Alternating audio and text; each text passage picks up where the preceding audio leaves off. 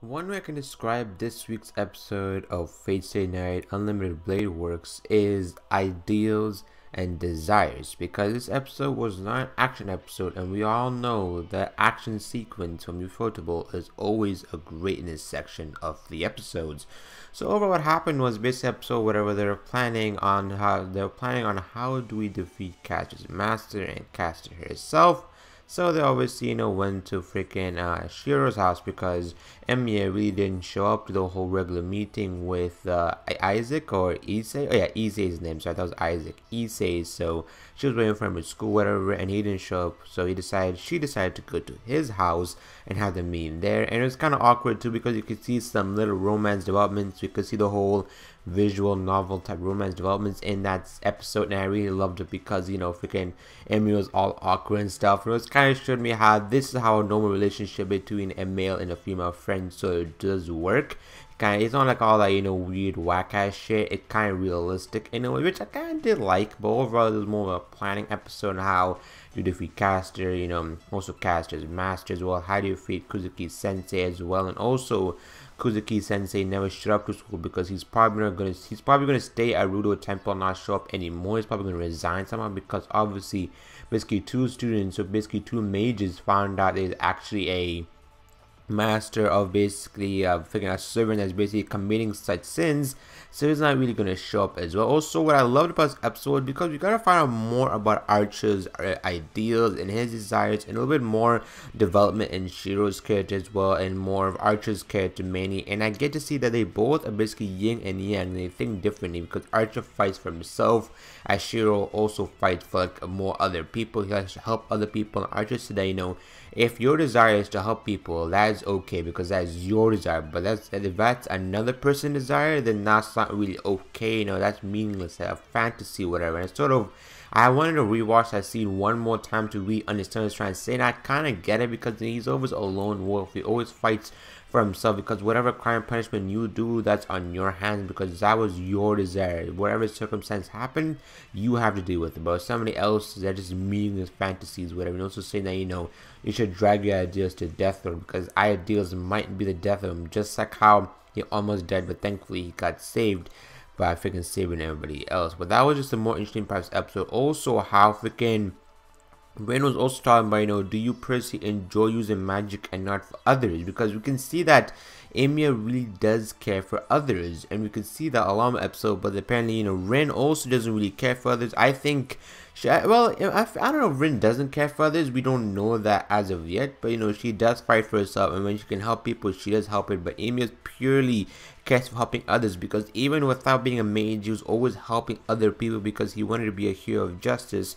just like how just how Kusugi or his father was, or Kusurugi-san. I'm not sure if I think he's an adopted father, but he wants to be like him. He doesn't want to be himself. He wants to be like another person, basically, which I don't like people who try to be other people in a way, which I can sort of understand why he's trying to be, because obviously Kitsurugi's ideas rubbed off on freaking Shiro, Emiya-kun, whatever, and Rin and freaking Archer don't like that because they want him to be his own person. His own ideals should be his own. So they did show me a whole different light, because this show, I thought this show was only going to be purely action, but this show did have some character developments and also some life-changing decisions. What I mean, like is your ideals really your own ideals? Is it somebody else's? Why are you here? All these other weird ideals or sort of things you get, desires and ideals. I said that word many times, only been 4 minutes in the review, so I must apologize for that. But overall, I really am enjoying Fate Night UBW or Unlimited Blade Works. Ufotable, you did, or you're doing currently, a brilliant job of it, and I cannot wait for season 2 in April 2015, I believe. Okay, be sure to shout in the comment section below if this series is going to be 12 or 13 episodes. I believe episode 12 is going to be the finale. It's going to be 1 hour long, so I definitely cannot wait to review that, because 1 hour of Fate Stay greatness. There's a total of freaking 3 1-hour-long episodes, and the third one is going to be coming soon. I love this show very much, and I will be watching Fate soon, obviously giving my actual thoughts on it once I work on my manga review.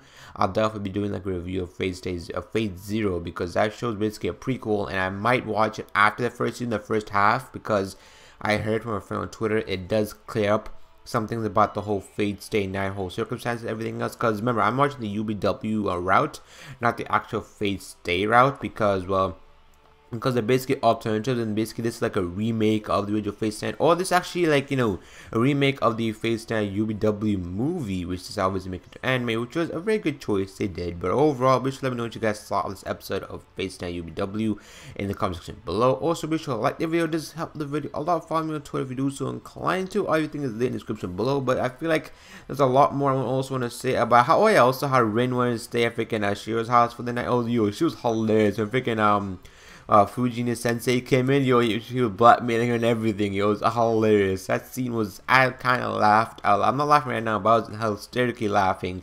Freaking Rin somehow managed to convince her to stay. You know, why are you here? Like when Fujina Sensei said, why the fuck are you here? Whatever, why the hell are you here? You came out thoughtlessly, and you know, she was kind of just like, why would you just barge into the door or whatever? Also, you gotta find out about Fujina Sensei, which I did not know until now, was that apparently freaking Shiro's father put her in charge of taking care of Shiro and everybody else, obviously of Shiro, because Shiro and Sakura, since Sakura just coming. I haven't seen her lately. Actually, I'm kind of worried about her. Is she up to something? Who knows? I also want to know about freaking Issei, not Issei. What was the other guy's name? I forgot his name too. Shinji, whatever. I think it was Shinji, whatever. I want to see him too. What about that new freaking servant he got? What is that? What is he? Is he freaking he can't be Lancer, and he can't be caster, archer. He could be somebody else, we have no idea, but he could be a whole new one. I have no flipping idea what's gonna go happen. Be sure to let me know what's gonna happen in the next episode of Fate Stay Night UBW.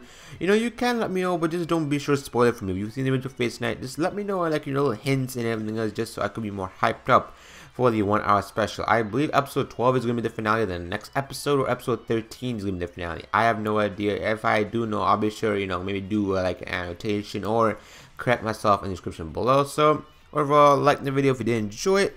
Be sure to comment below what you guys thought of the episode. Also give me some hints on what's going to happen in the next episode if you can. Well, without spoiling for me, that would be awesome. Follow me on Twitter, Facebook, Instagram. Everything is in the link description below. And I'll see you guys later. Farewell.